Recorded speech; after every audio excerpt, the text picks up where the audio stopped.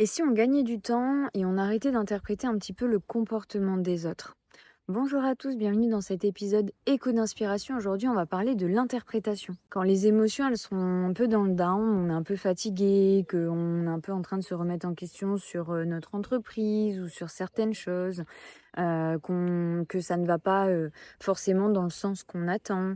On va toujours avoir cette petite phase où on est un petit peu down, tout simplement. Et du coup, l'interprétation va venir prendre une grande place dans notre cerveau. Pour le peu qu'on reçoit un mail d'un client qui est un petit peu plus détaché que d'habitude, qu'on ait un coup de téléphone de notre maman qui nous dit quelque chose d'un peu plus froid, qu'on ait un client qui nous sollicite tout de suite pour un tournage parce que c'est dans l'urgence.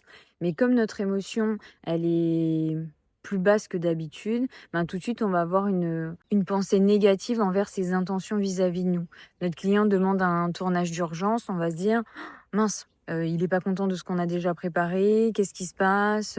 J'ai reçu une note vocale un petit peu plus froide, mince, est-ce qu'il est pas content de ce que je suis en train de faire?» Tout de suite, on va avoir cette remise en question. Alors qu'en fait, le seul problème, c'est notre interprétation. Il faut arrêter d'être égoïste et de penser que les gens s'intéresse exclusivement à vous, à vos émotions, à votre façon de faire, à votre façon de travailler.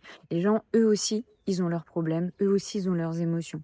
Donc si par exemple, des fois, vous avez un mail un petit peu plus froid qu'un autre jour, ne vous remettez pas en question si il n'y a pas lieu d'être et que vous êtes relativement serein dans votre travail. Parce que cette personne-là peut elle aussi être triste, elle peut elle aussi avoir des émotions qui fait que bah, ce jour-là, elle envoyait un message plus standard qu'un autre. Et puis en plus de ça, votre interprétation, des fois, le mail est identique à d'habitude, mais comme vous êtes dans une énergie un petit peu négative, bah, tout de suite, ça va décupler un point à la fin d'une phrase qui peut paraître un peu sec, enfin voilà.